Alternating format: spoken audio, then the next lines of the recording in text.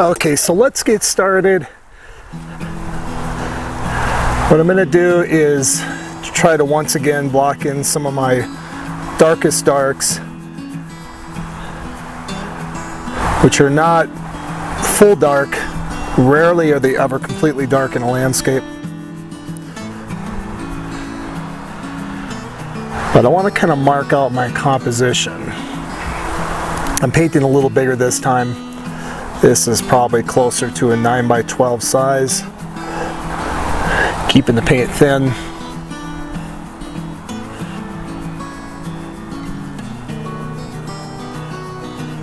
Just going to mark out some of my main tree trunks here.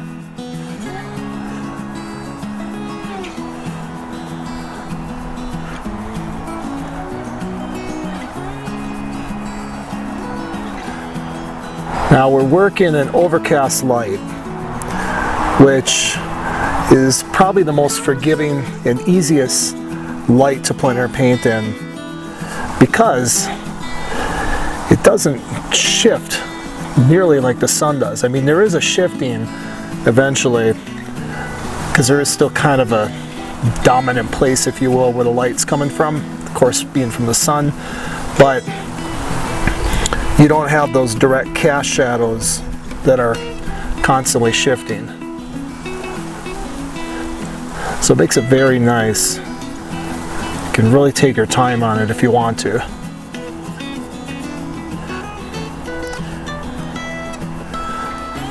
Now, to keep this from being a real static composition, one of the most important things that I want to be aware of is the footing on these trees. Where are they coming out of the ground? This one's coming out here, this one's coming out here. I don't want to have them be all on the same footing evenly across.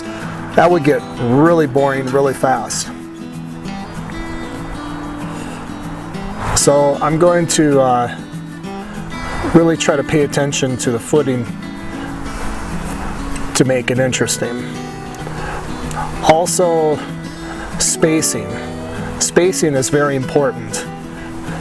This is going to be my dominant open space right here. In fact, what I might do, now that I'm looking at this, so I'm going to get rid of that one. Move my canvas down a little bit by accident.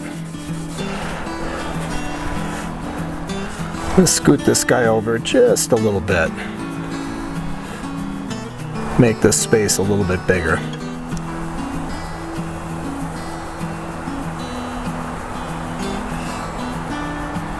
Also, the width of the trees themselves. You don't want them all to be the same width. That could get boring real fast.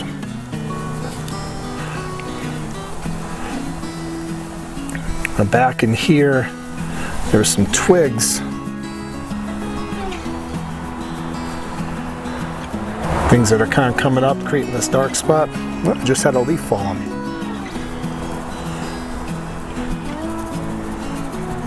Let's get that in there. My horizon line's right about here, I would say. Want to be mindful of that.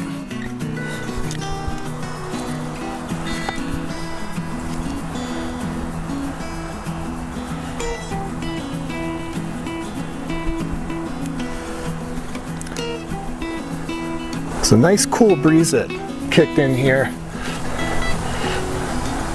Some of you might find it too cool, but being that I was raised in Minnesota, I find it very nice.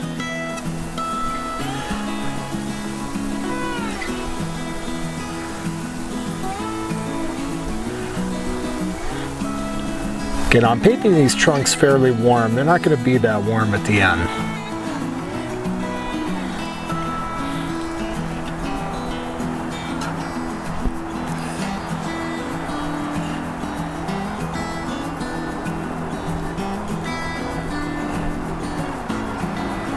There's this big one that's coming down. Another thing to keep an eye on is the angle that these trees are growing. You don't want them all perfectly straight up and down. This one angles a little bit that way, this one angles a little bit that way, same with that.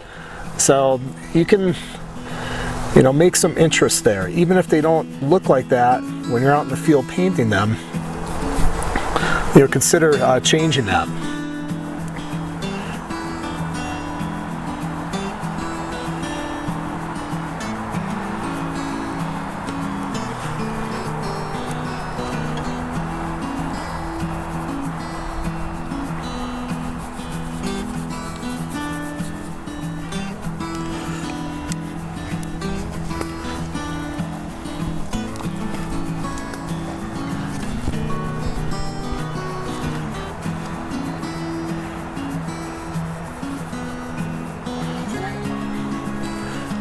Okay, now down here,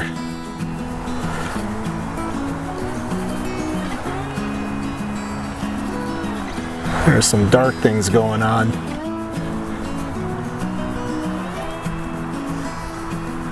Just a bunch of twigs and branches and things like that.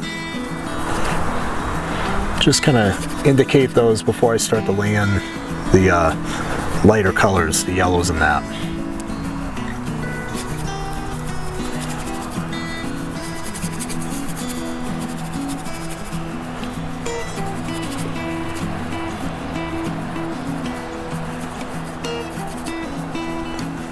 Okay, so the composition is basically blocked in.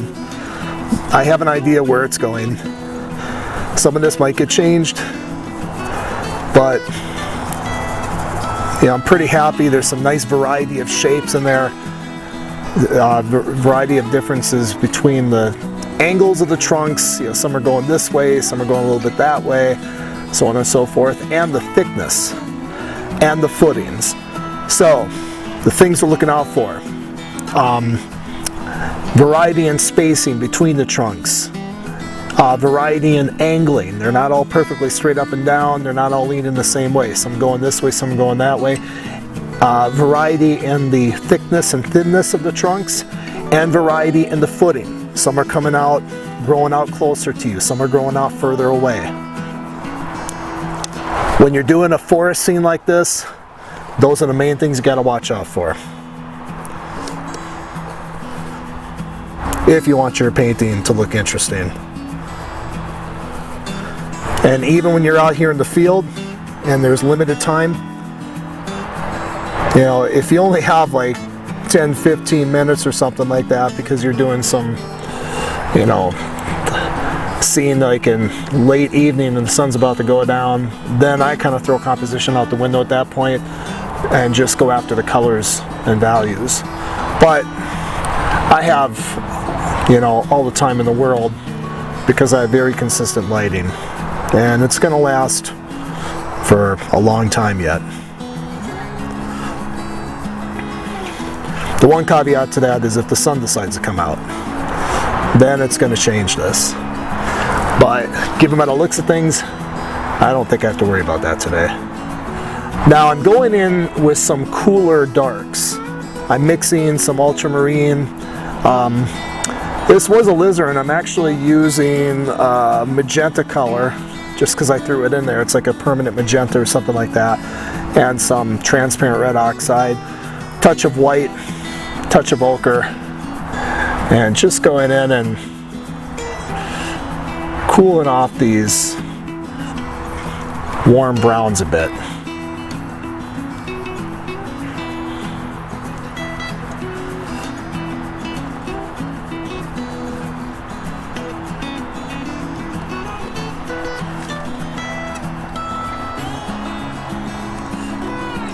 It's very important. You want to, when you're plein air painting, squint at your scene when you look at it. I always try to squint at the scene, not at my canvas, but at the scene itself. It really helps to simplify things, and it helps you to see the whole versus just focusing in on one trunk or two.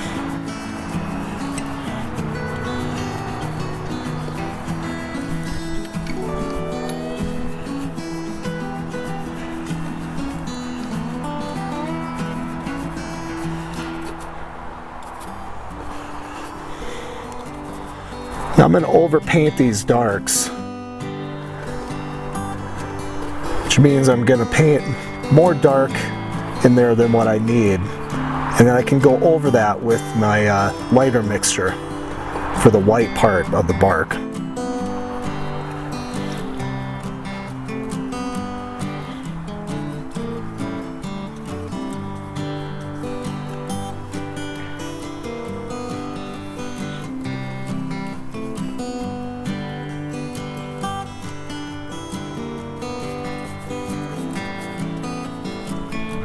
That tree really warms up back there. There's a lot of ambient light, so I'm not gonna go crazy cooling that one off. I'm gonna kind of leave that one a little warm.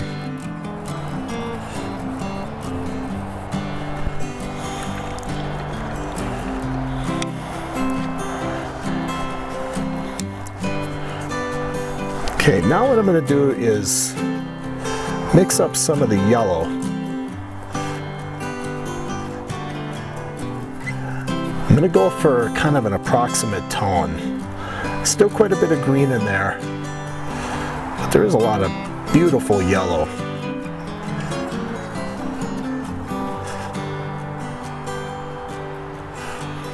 This is going to be very impressionistic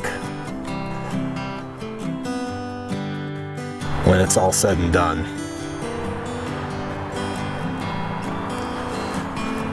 It's one of the best ways to replicate nature like this is with kind of an impressionistic technique. There's so many little shapes of color going on back there that using a broken color approach can really help replicate that.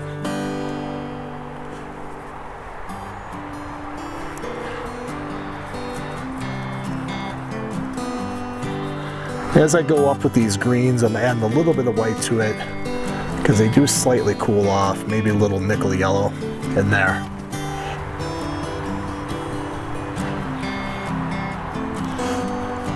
Main thing I'm after though is value.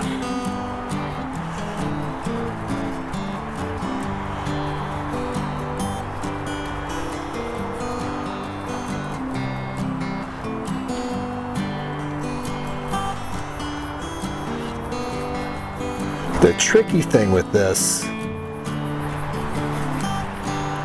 is we know that aspen trunks are white intellectually, but in this type of lighting they're not going to appear white.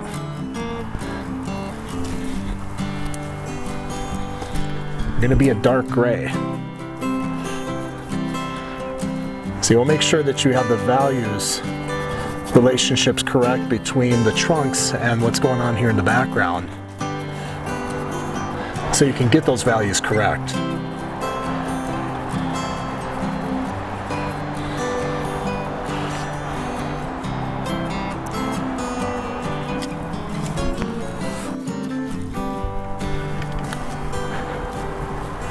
Now one thing I notice is on the ground plane,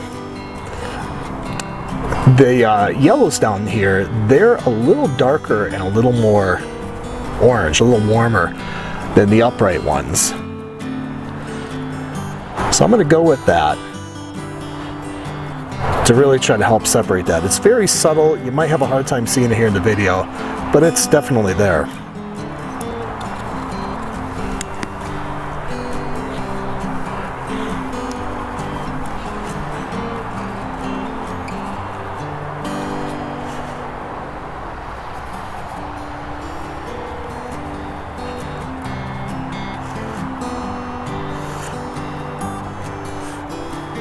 This would be perfect if I didn't have that background traffic noise, but then I'd probably have to hike about 5 miles in and worry about getting eaten alive by a grizzly bear, so I'll take it.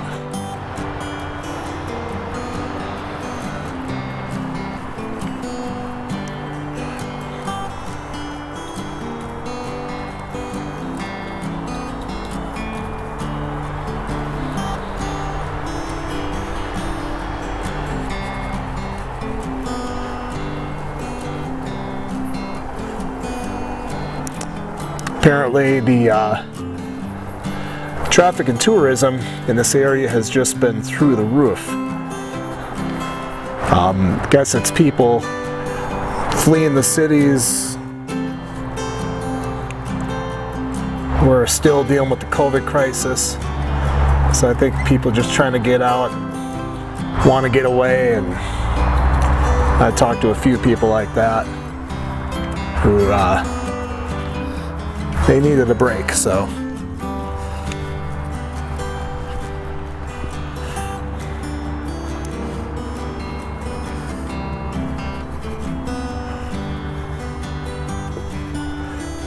They say normally after Labor Day it completely dies around here, but that's not been the case this year.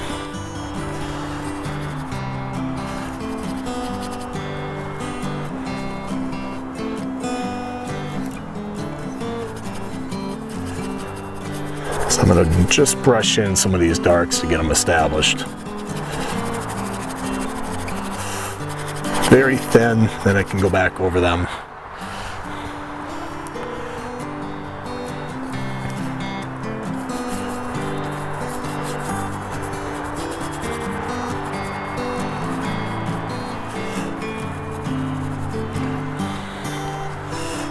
I'm really just going to mess all this up. I want to cover up that white as quickly as possible.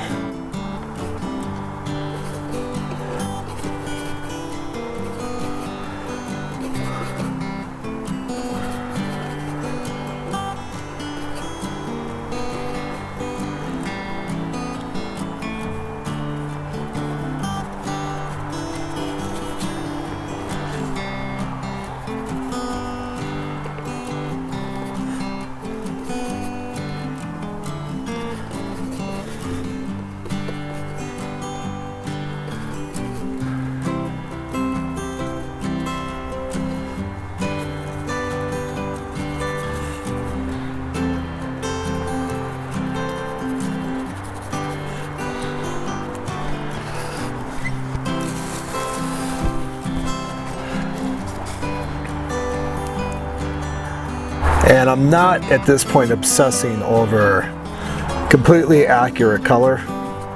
I'm approximating everything.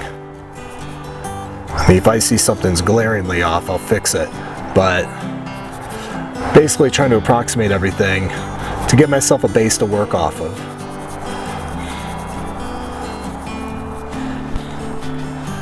Just trying to average everything out so I can then go in and be more precise. So I'm probably going to lose some of these trunks that I put in, but it's okay, I can repaint them. I got a pretty good idea where they were at and what I was after.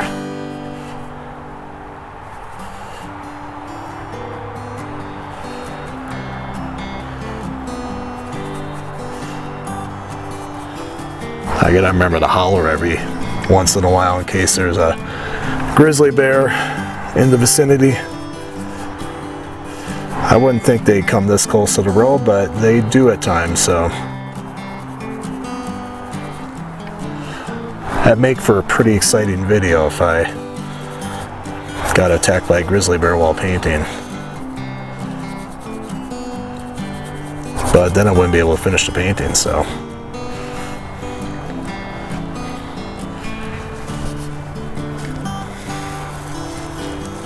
Okay, so now everything's pretty well covered.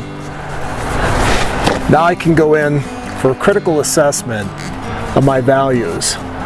Darker. It's one thing I'm noticing. I need to go darker with this ground stuff. But because I kept everything relatively thin,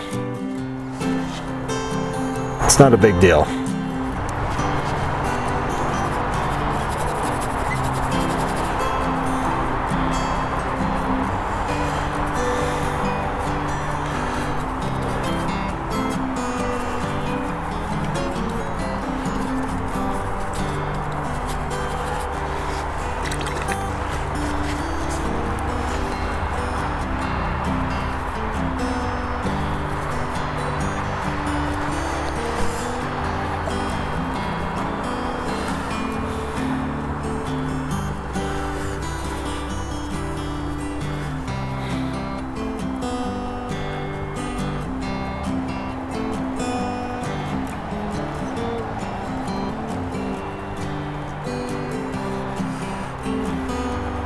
Now this dark here, it kind of warms up slightly as it moves up.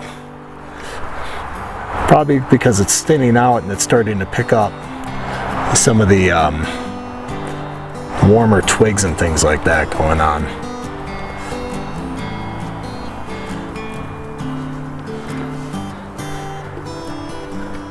It's a very important but elusive part.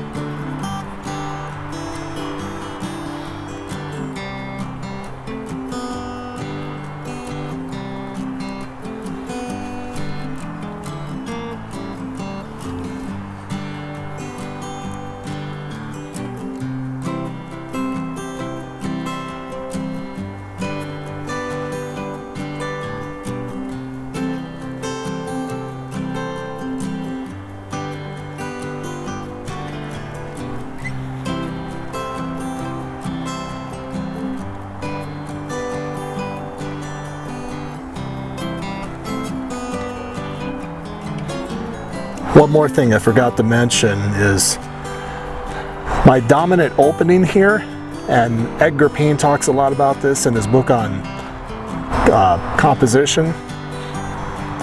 But my dominant opening here, I try to make sure that that's not smack dab in the middle of the composition. So basically, from the edge of the canvas to there, to the edge of that edge of the dominant opening is different from there, quite a bit different. So it's offset, helps make it interesting.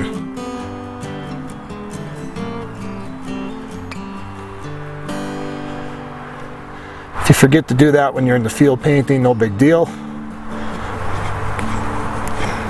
Because for me, anyway, when I'm out here, I'm not after stellar composition, I'm after colors and values. I can play with the composition back in the studio when I have all the time in the world.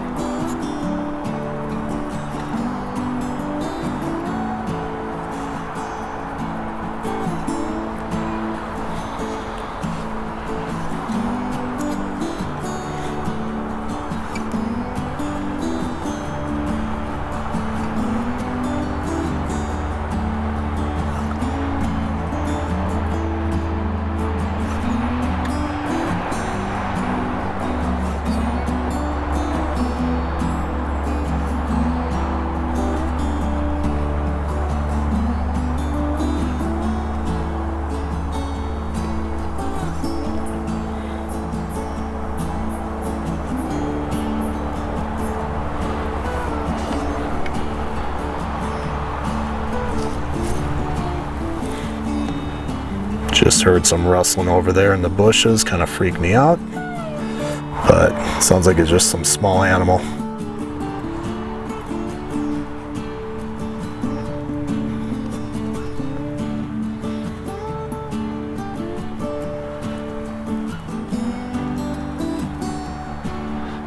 So some of my purest colors are in this area here.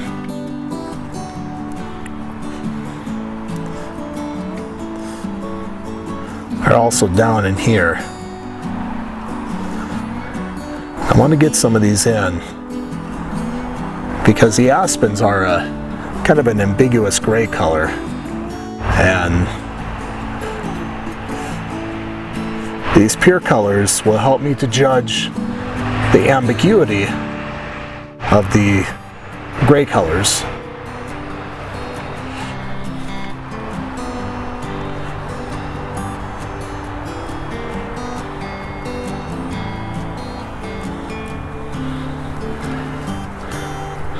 Don't paint what you don't know first. Paint what you do know first, and then that'll help you to figure out the parts that you don't know.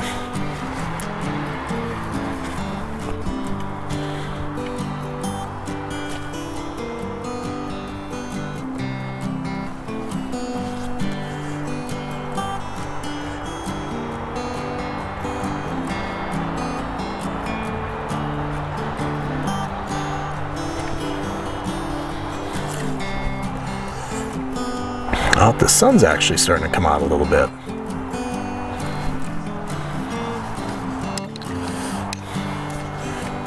Don't think it's going to last for long though. Just for kicks, I'm going to take the palette knife, grab some of this yellowish color.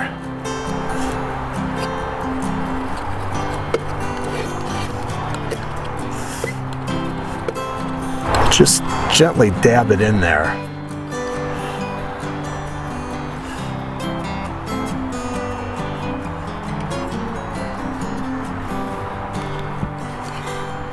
Make sure you squint your eyes though when you're looking at something like this. You want to paint the impression that the group of leaves gives you, not every single individual leaf. Especially back there. Remember, that's further back, so you don't want to have all kinds of definition back in the distance. Save that for up close. Even then you might not need it.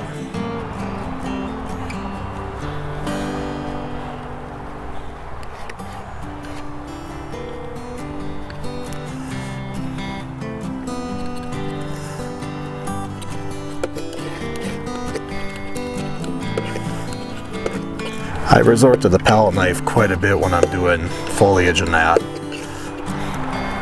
Really can help give a nice broken color feel, kind of an impressionistic effect.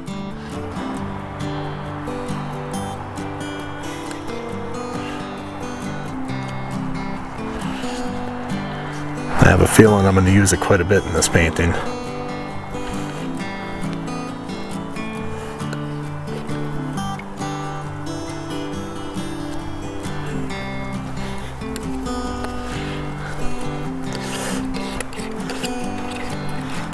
I notice as it works its way over here, the foliage gets a little darker.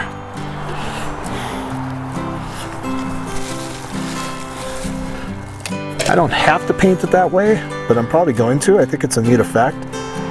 It's probably just thicker foliage, therefore not as much light is getting through.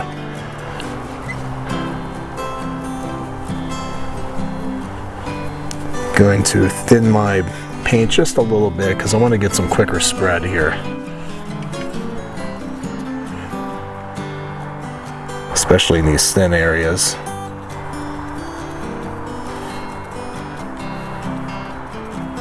I'm going to overpaint these trunks a little bit so I don't have all these sparklies.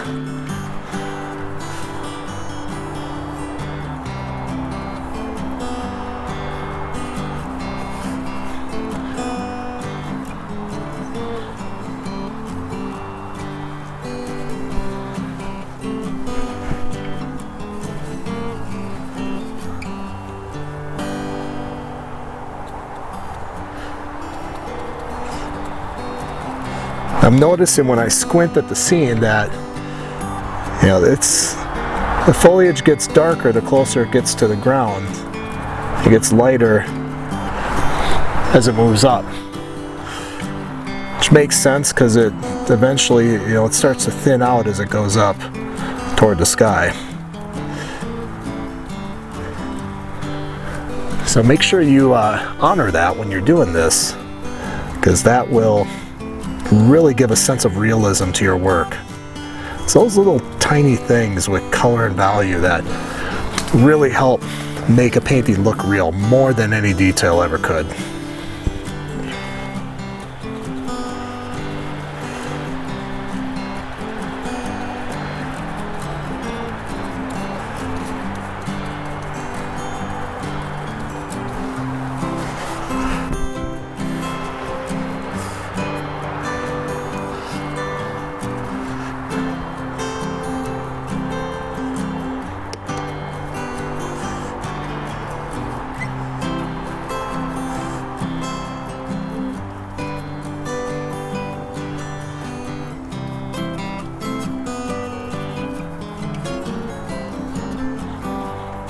Reestablish some of those darks.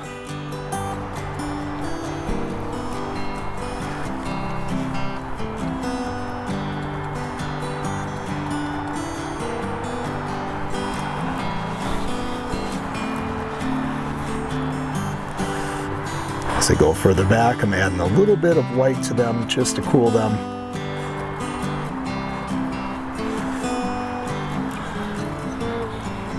My goodness, I feel like I'm in an Abbey Road album here. Here comes the sun once again.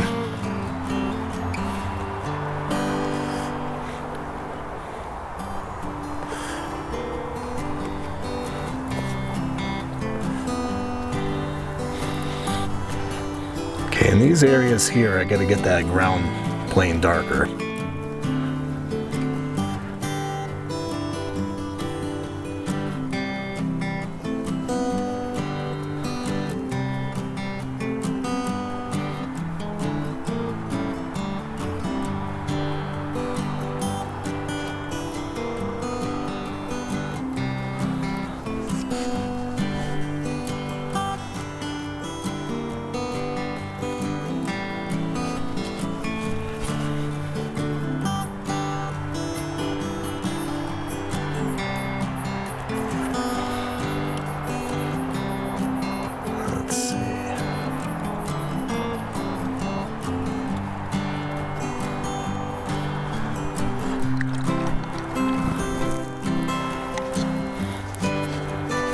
The sun is really starting to peek out now. But I'm not concerned. I know it's going to go away again. I don't see any blue sky up there. When I was younger, when I first started plein air painting a lot, I used to prefer cloudy days. Sunny days is a paranoid, petrify me. I preferred the cloudy days, basically because he had so much more time to work, and believe me, I needed it then. And the other thing is, it's actually easier to, it can be easier to mix paint when you're dealing with an overcast scene, because the light tends to be cooler, and in order to lighten your paint, if you're painting some kind of form and you're going from the shadow to the light, all you have to do is add white. On a sunny day painting, you have to add, something like an ochre or yellow or orange to warm it up, because sunlight's very warm. Now I generally prefer sunny days. They're more of a challenge, but there's still some incredible beauty to be found on an overcast day.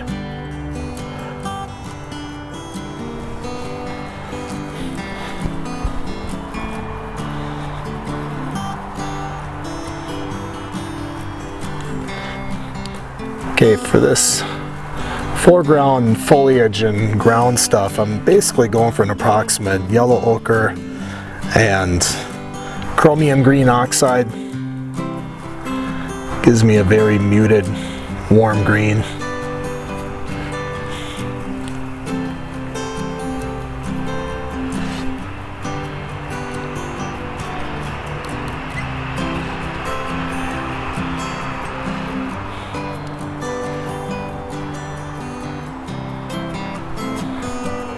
The sun's really coming out now.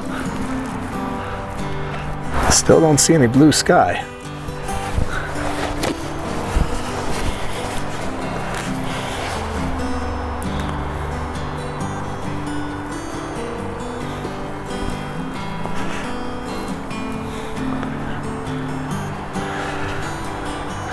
There's this fallen branch. It's not actually within the range of my view. If I were to take this literally, it's down further, but I'm going to bring it up and kind of add it in here for some interest. It does sneak up into there.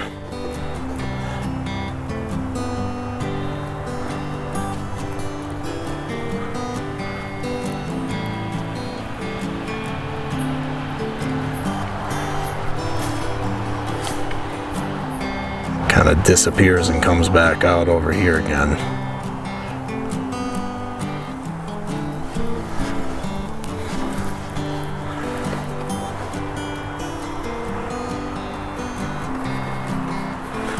lighten up that dark mixture and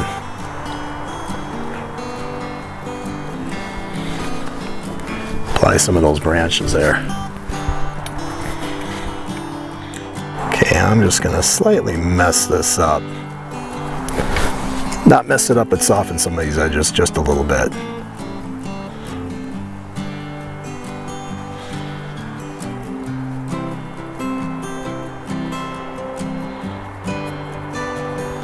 Still a lot of sparkly white stuff going on here that I want to get rid of.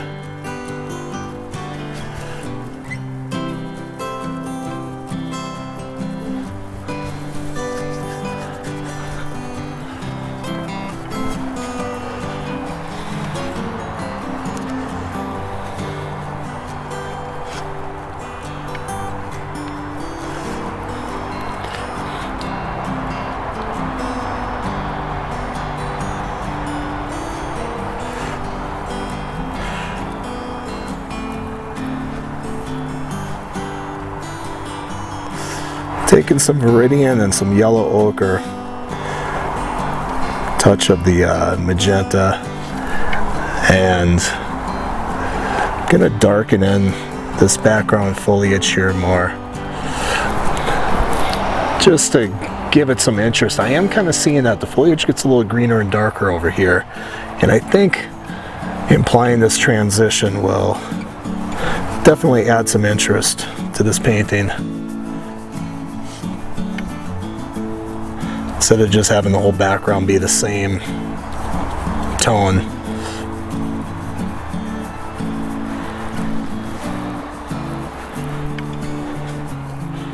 I'm going to carry a little bit of that over.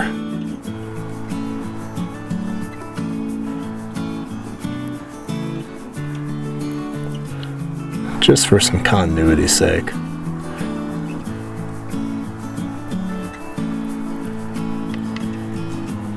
Now when I look up higher, there are some greener aspen leaves that are kind of hanging down. They're more over here, but I'm going to take some liberty and stick them here.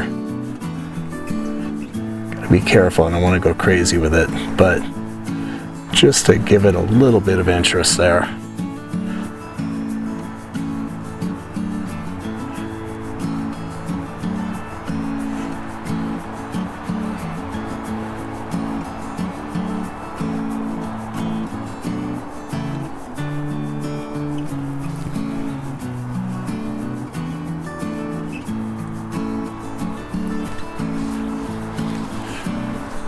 Okay, soften these a little bit more.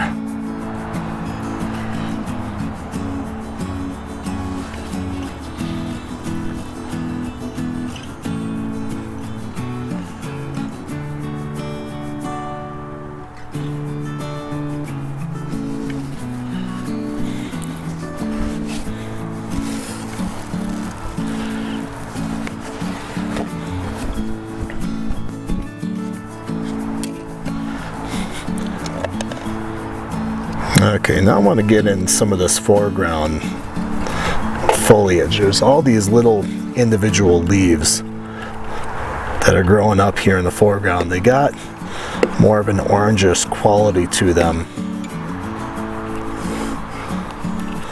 Not an intense orange.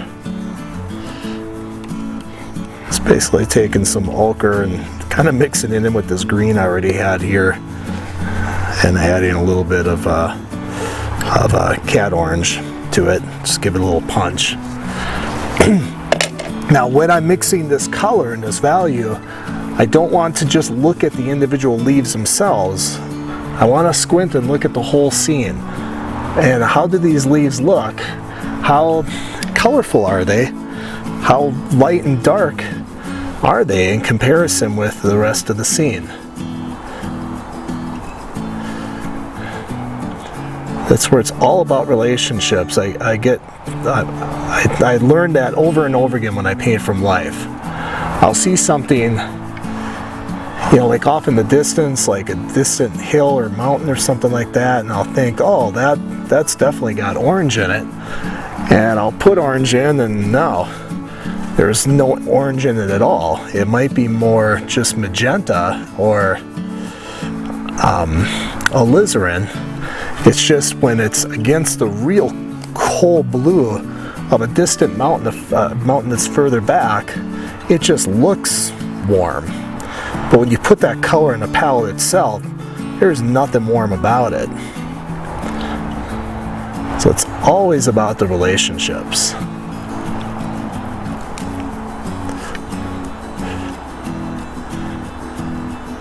Once again, I'm just trying to squint whenever I look at these leaves. This is going to be tricky because these leaves, they are just a bunch of individual things growing, but I don't want them to just totally dominate this scene. So I'm going to approach it very loose and get more of a suggestion of them. I don't think I'm going to paint all the ones I see there because I think that'll just destroy the composition.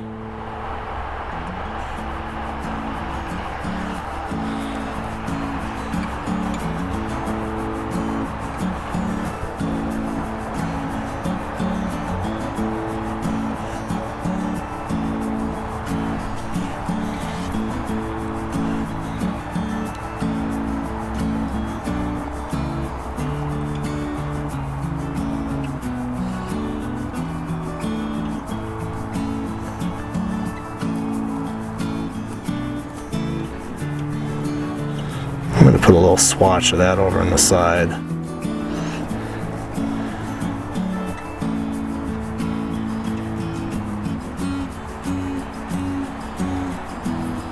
That way when I'm back in my studio, I can remember what color that was. Having this little space on the side that I separate with just some 1/4 inch masking tape, I think is going to really help. This is the first time I've done this, making these little swatches of some of the colors that I mix out here. But once I'm back in the studio, if I want to replicate these colors, I think it's really going to help.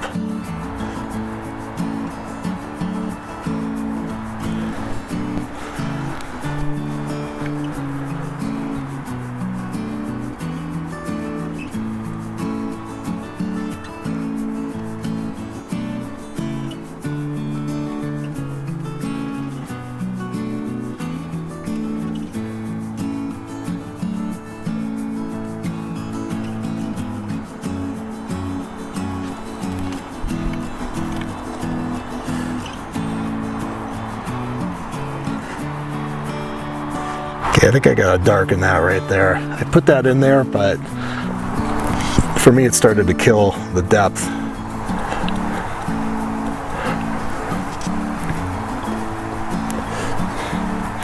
There's so much going on in here that you could paint, but you don't want to feel that you have to paint it all, because just take from nature what it's nature gives you way more than what you need. Just take from it what you need to make a statement and leave the rest.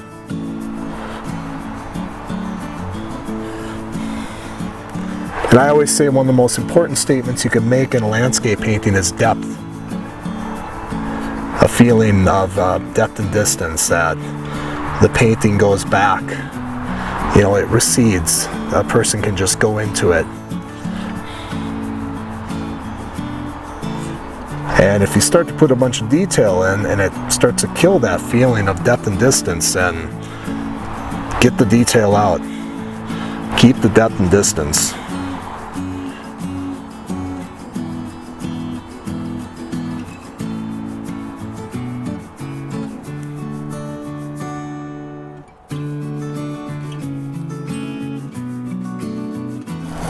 And basically what I'm doing with this is, kind of in the dark foreground, and then you walk back into a lighter opening.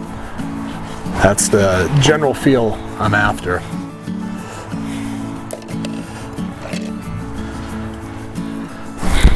Okay, it took a moment to clean out the palette. Now we're going to go in for the trunks. That incredibly elusive color. I also shouted out in case any bears were in the vicinity, to let them know I'm here.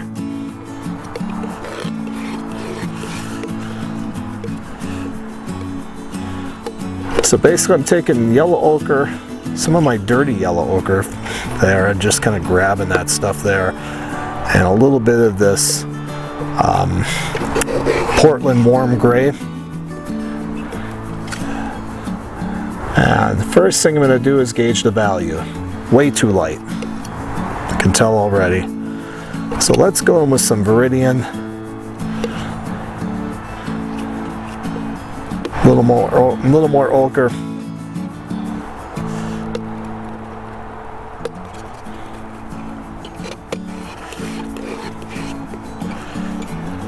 This is going to be a very elusive color. I think that's not too bad there.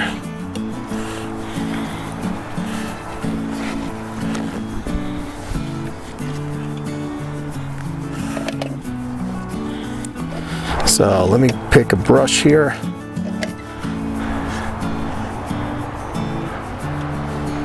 Let's go in and see what that does. Okay, so for that side it's definitely too dark.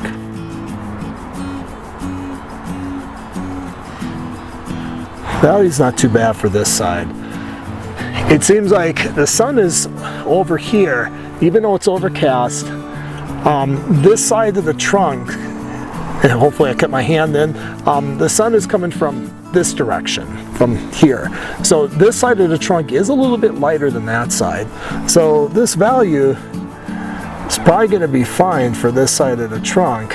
It's going to need to be darkened for the other side.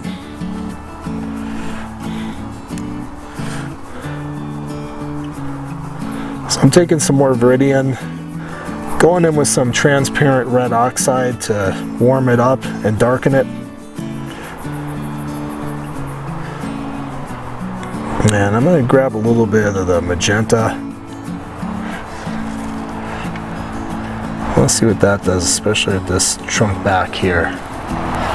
Not too bad. You can grab a little white and a little bit of Portland gray, a little more Portland gray.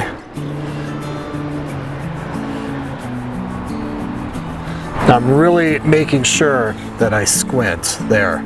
I think that's good. Now I'm definitely going to swatch that bad boy right there. So if there's any color that's going to be very difficult to reproduce in the studio, it's going to be this. I'm not worried about these yellows. I pretty much know how to make those. I've been doing those for years, but this aspen color can be very elusive. Not just the color, but the value.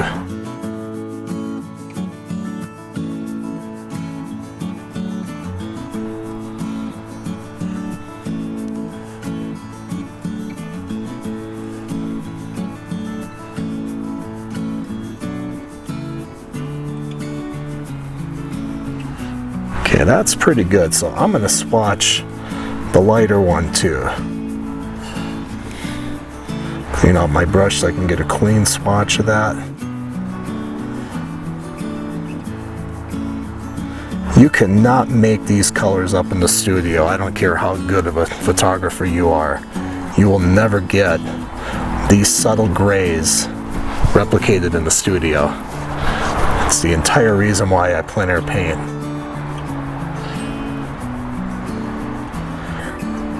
Doesn't mean you can't make a nice painting from a photograph. I've actually painted this area, this precise area just facing the other direction, strictly from a photograph.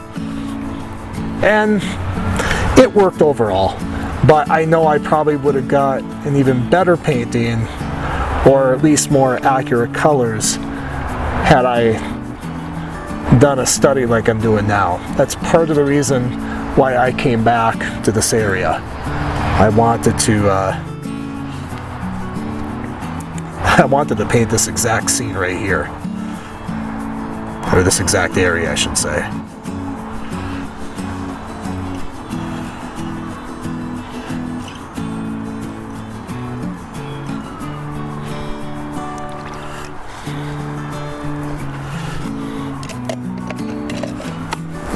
Okay, so I spared you guys the siren sound, but that was actually rescued. I wonder if somebody got hurt. Maybe they got attacked by a bear or something. Hopefully not. Basically, I'm going to mix up more of this swatch color here.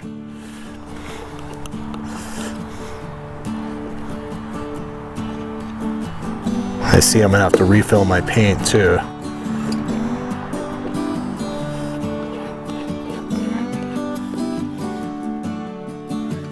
This is part of the reason why I left these trunks till toward the end, where I got everything else blocked in first, is then I can go back in and really have fun painting with thick paint.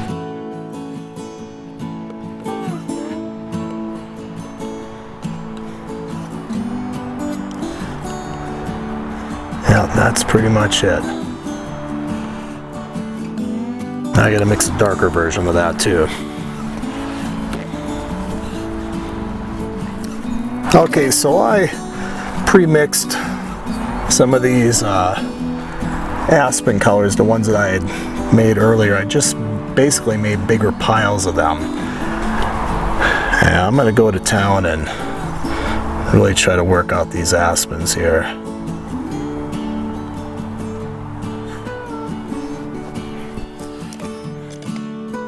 One thing I love doing is going in with the palette knife.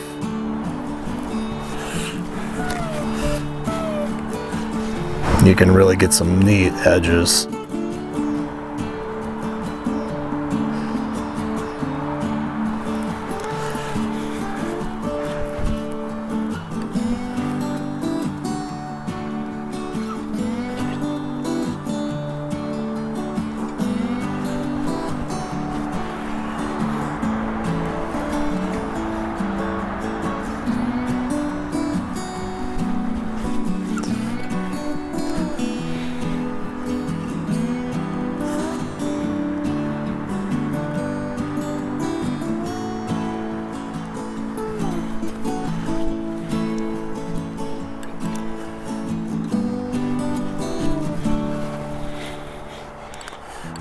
Kind of lightening up these dark areas too. And I'm not worried about painting every single little dark spot I see on these trees. I'm just after the character of it.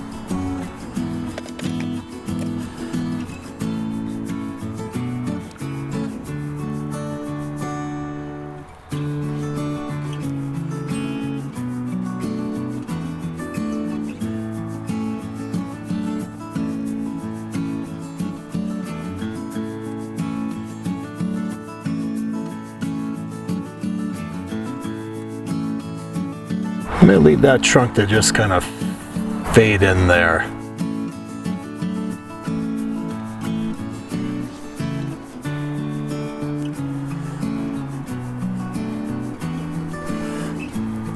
Pardon me for a second while I mix a dark color of ultramarine blue and transparent red oxide with a touch of white.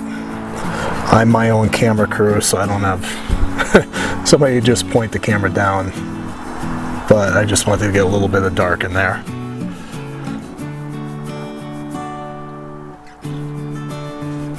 Hopefully my beautiful voice sufficed during that momentary absence of action on the camera, or on the camera.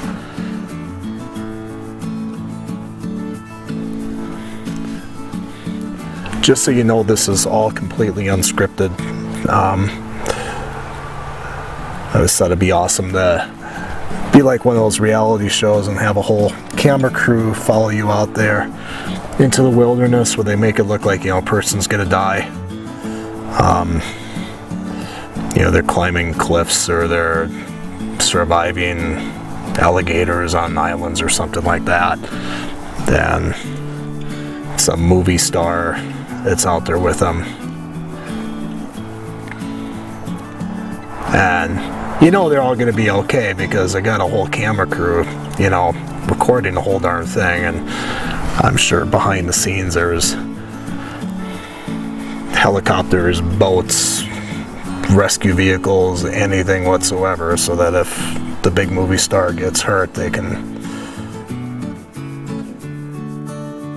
cut and get him to the hospital and maybe just pretend that episode never happened. I always wondered how many of those shows actually, you know, how many people tried it and the person just didn't make it. Like they didn't get through the whole thing, and so they just kind of never released that one to the public, you know. I'm sure we only see the ones where they come out okay.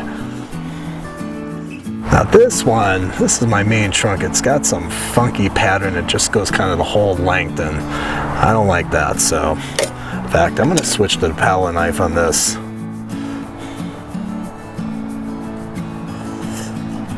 Give me some more variety here. But anyway, so I'm my own camera crew on this. Nobody follows me out here if I get attacked by a bear. Basically, you know, they probably know I got attacked by a bear when they watch the footage later. Actually, they probably just see how mangled up I am, but because I don't have a camera crew in that, I can't make all the nifty little adjustments. Someday maybe I'll be able to afford to have a full crew follow me out here, and I can do all the drama stuff and everything and make it look really fun and exciting. But you're getting the real deal right now. This is real plein air painting, unadulterated,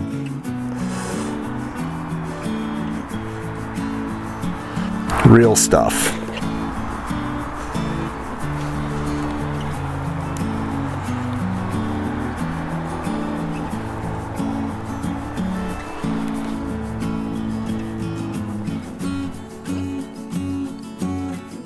If I was like making gazillions of dollars and had a whole camera crew, I'd definitely have them like block off the road so at least it sounded quiet in the background when I did this. You wouldn't have to put up with all that car traffic and everything.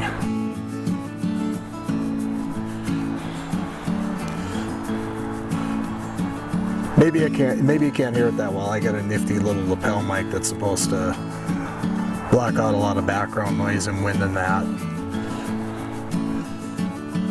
I don't know.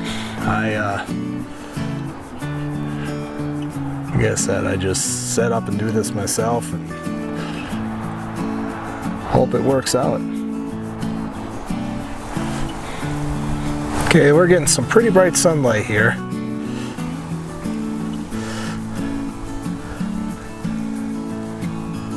Kinda hope it goes away soon.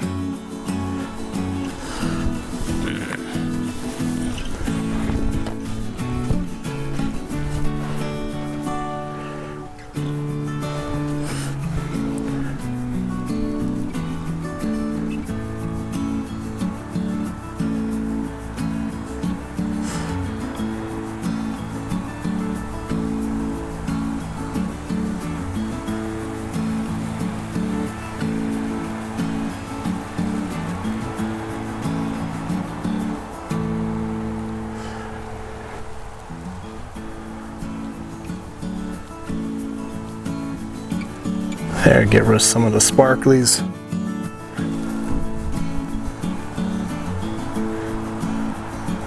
This is a smooth canvas, but amazingly there's a lot of little texture going on in there. More than I thought.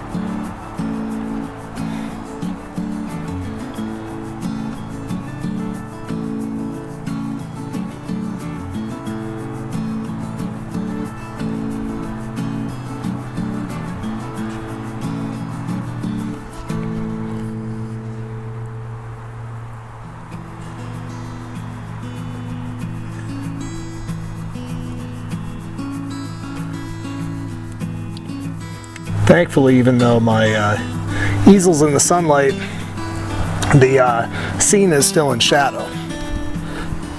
So I still have pretty consistent lighting despite the sun coming out.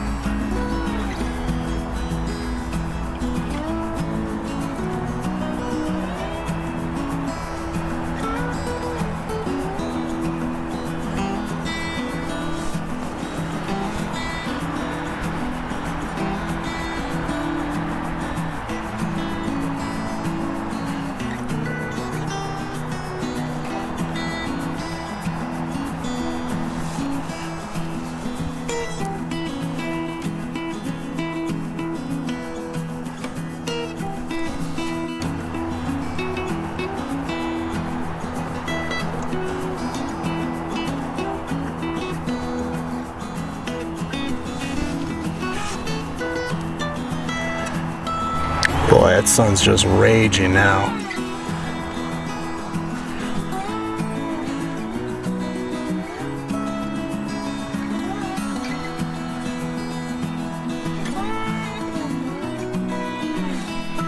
A lot of these young aspens, the really thin ones, are actually very dark.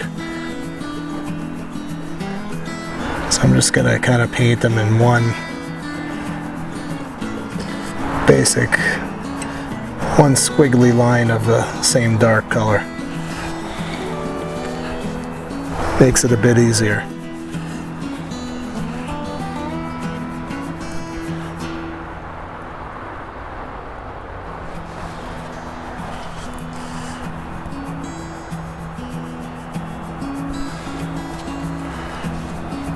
One thing I want to make sure I don't do is chase the light. Basically, if the sun went full bore on my scene and I wasn't that far into it, I'd just have to stop, because you know, and the light's different than what you started. You don't want to be constantly shifting.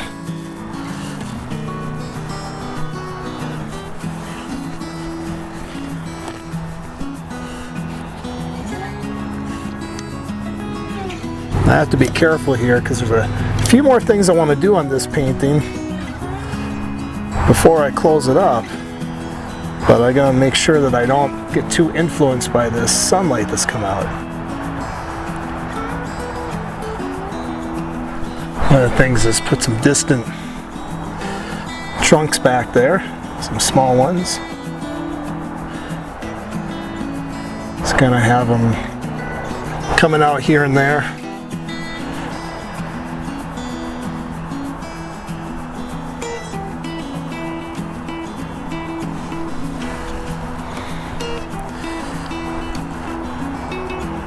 Put another one here so it doesn't look so even.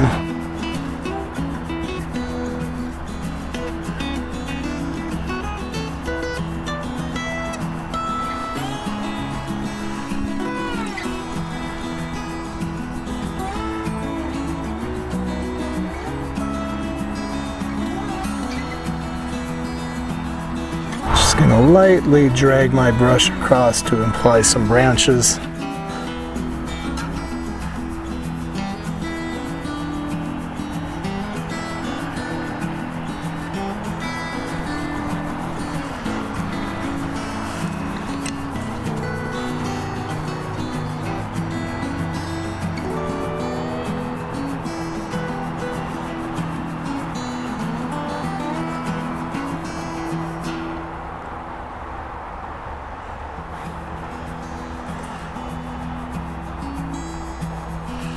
This is where you get to put all the little fun things in.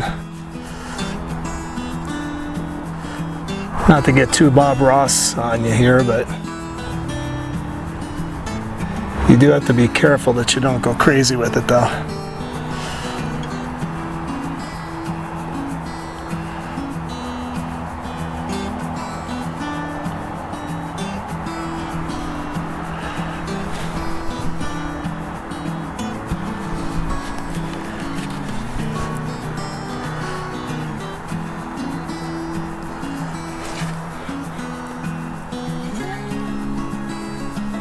There are some little leaves right there.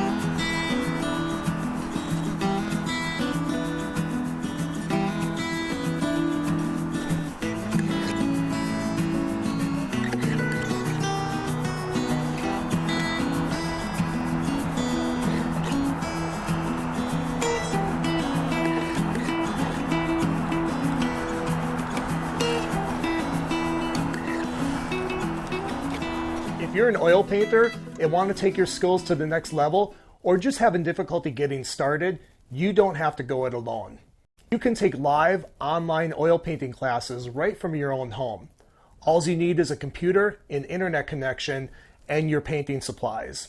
Every week, we'll meet live as a group and work on a painting step by step, with me sharing over 20 years of artistic experience to help you become the best artist you can be. Want more details? Click on the link below in the description or go to my website www.jasontako.com and click on workshops in the upper menu.